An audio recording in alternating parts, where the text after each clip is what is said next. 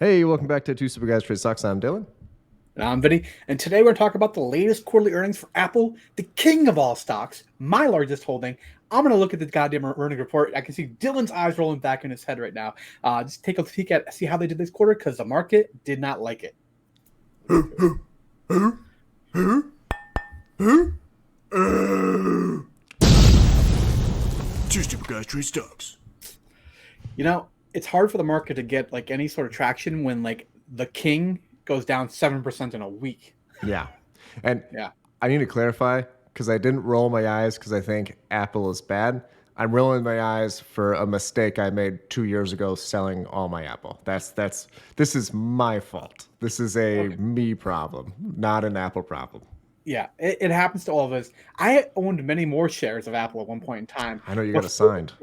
yeah, I signed on a covered call, but this time a covered call helped protect me a little bit from the bad day that Apple had. $2.86 trillion market cap. This guy's an absolute behemoth. It's like 7% of the SPY. It's even more concentration of the triple Qs. But basically, they did not. Wall Street did not like what they heard from the earnings report from Apple. And the fact that they kind of continue to guide down for the next quarter was even more so. Plus, you have the stock already being so hot this year, up 40% year to date. Like that's ridiculous for like the largest company in the world. It's ridiculous for any company. It's disgusting for a company that essentially their net worth is like 10% of our nation's debt. Or like, whoa, like whatever it is. I mean, it's just a massive company. So That, yeah, that's a solid plan. When I become president, I'm gonna like take over Apple and just sell it all. So, yeah, no. that's what Pelosi would do. So Yes, that is exactly what Pelosi would do.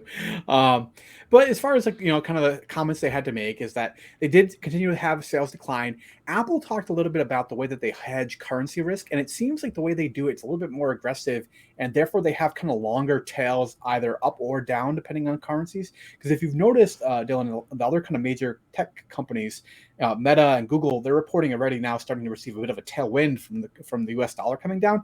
yeah, Apple was still kind of facing a headwind from why? currency because of the way they had hedged it. They said they hedge almost all of their currency risk. Okay, all right. I Yeah. mean, okay. How do they hedge it? I guess. Like, what's I'm not entirely sure that that's above my okay? understanding exactly how Got they it. do it through options contracts or holdings in other currencies. I don't know, but it's something that they're more aggressive with than others. So they said that they're going to have a little bit less of a boost from the currencies going into like the end of the year. I mean, we're talking about little ticky tacky stuff, a couple percent basically is what they said as far as their headwind goes. But like comparison, like I said, I also own Google and Meta, and we've talked about their earnings, and they're trying to get past that point already. Apple did try to highlight the fact that their services sector, grew 8%, and even more so, this was an interesting point that they made about the Apple Watch and how I think it was like 40% of the new Apple Watch customers were brand new to Apple. It's pretty Really? crazy. Yeah. Yeah. In the last quarter, it was like 40% of their wearables market was new customers to Apple. So That that's people coming seems into the ecosystem that they can then sell impossible. services to. Yeah. Okay. I was like, that is wild. I will say, as a person with an Apple Watch who thought I needed it because of my job, it's useless. I still wear it because I bought it. I will never buy another one. Yeah. It is pointless. Yeah. I don't understand. The heart rate thing's cool, but you're paying $300 for a heart monitor. So Yeah. Not my thing either, but the AirPods are fantastic. I'm AirPods so are great. mad that I waited forever to buy those. Yeah, AirPods are Um, great. but that's the whole idea behind them is getting more and more consumer touch. As far as like the actual numbers where the rubber hits the road here, revenue 82 billion, just shy 1% down over year. This is the third quarter in a row where they've had revenue decline. This does kind of show you right here, though. Sale the EPS was up 5% year over year. That was largely driven by share repurchases and kind of better control over cost, which has been the Hmm. theme amongst all these major tech companies, is that they've been kind of really trying to squash down the bloat in the budget, if you will, in order to maximize profits for shareholders, which is a large portion why you're seeing such great kind of profit numbers and cash flows from these major companies. Right. Well, their services is ridiculous. 1 billion paid Yeah, prescriptions or yeah. subscriptions. Fuck. This is how disgusting Apple is. They said that alone, based upon the services business, it would be a Fortune 100 company. Yeah. Jeez. man. I have to pay $1 a month for data because I have like so many pictures of my dogs. That's it. Yeah, yeah, Yeah. just your dogs. Yeah, yeah. I have. I actually do the whole Apple like family bundle because my wife really wanted like the workout program and like the Apple TV. It's not bad. I can't say if it delivers value, but happy wife, happy life sort of thing. Um, yeah, I know, right? And the CFO continued to talk about the fact that they generated significant cash flow, $26 billion, and they returned $24 billion of that to shareholders. Okay. They are striving towards what they call like a cash neutral. Because at one point, Apple's balance sheet was containing it's still like around $140 billion in cash, but they put debt on the business in order to kind of get to this position where they're not accumulating more cash. They don't want to continue accumulating more cash. Everything that comes in the door as far as profit, they want to be able to send out to shareholders. So it's still, I think, plus 40 billion. It'll actually be here in another slide or so. Wouldn't And they declare a dividend. I But feel like it's a weird thing to do. Like no cash, not even like a little bit of a safety net. Like something could come out where your headset, I don't know, causes cancer, and now they're gonna have to spend 100 billion and something. I don't know. yeah, Like I don't feel yeah. like I think it's just you don't want to see companies continue to just pile up cash on their balance sheet and have nothing useful to do with it. Like Apple's large enough. There's no way that they're going to allow them to do any major acquisitions from like a antitrust standpoint. That's true. Yeah, sure, they do some small ones all the time, but they're not going to be able to effectively deploy that cash in order to reward shareholders appropriately. So they want to distribute it back, which is why they increase their declared dividend here and the continuing share repurchases. We're going to talk about the actual numbers here. Um, so as far as like their segments comparing the year over year numbers here, nothing is definitely a slowdown, but nothing like super aggressively steps out to me because obviously COVID pandemic was a pretty phenomenal tailwind for all these businesses for a while. Yes. Um, other like major things that I took from this slide here, like I said, is the actual effect of the share purchases and how they've been able to increase their EPS because of that. You're seeing that the 9 months here is a little bit less so than the most recent quarter, but look at the fact that their shares outstanding. They went from the 16.4 million shares down to 15.8 million shares in just like 1 year. In 1 year.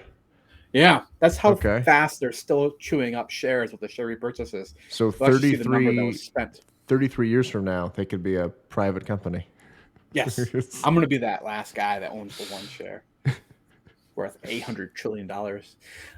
So this is kind of funny that they chose to only give us a 9 month view here. But in stock-based comp of the last 9 months, they've had 8.2 billion. But when you come down here to repurchases of common stock, $56.5 Yeah. billion in share repurchases of the last 9 months, down from Yeah. last year's pace of 65 billion, basically, but still, a pretty chunky number in terms of share repurchases.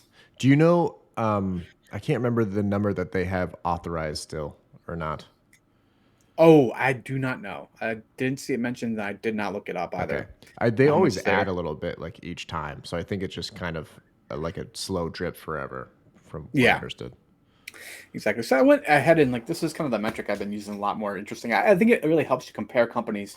But if you're looking at the free cash flow yield right now of Apple stock, this is kind of what I calculated out here as far as like their net income depreciation, the purchase of property, plant, equipment. That's kind of how much they're reinvesting in the business, how much free cash flow they generated in the last 9 months, their market cap. They have $166 billion in cash, marketable securities, and then at $98 billion in debt on that. So they do have a still a positive cash position of $68 billion that they're trying to deploy back to shareholders. Okay. But it does give you a free cash flow yield of about 3.2%, which is, now that you saw in the other video, we calculated both the one for Meta and Google, being in that like 4.5% or so range. It definitely shows you that Apple is still a little more expensive than some of its other peers, even amongst like the king of the crop, tech stocks. So yeah, Apple's getting a little frothy, which is one of the nice things about me for this most recent kind of week here is I had sold the 190 covered call against my Apple shares. So a large portion of the down, I would say, I would have been down like say $1,500 on Friday just from Apple shares alone, where I ended up down about 700 because of the covered call absorbed a lot of that. That was a So risky covered call, dude. yes, it Jeez. was. Oh my god. I've been burned before, but this time worked Yeah. out for me. I think the problem is Apple is such like a brand that's unbelievably successful that even though I think that they are probably like 10% overpriced, I can't short them. I can't. It's Oh no. just too. You can't do it. Even if like all the signs point to like this is a problem, I still can't do it because people are just like, nah, I don't know what to buy. I'll just buy Apple. It's Yeah. just a thing.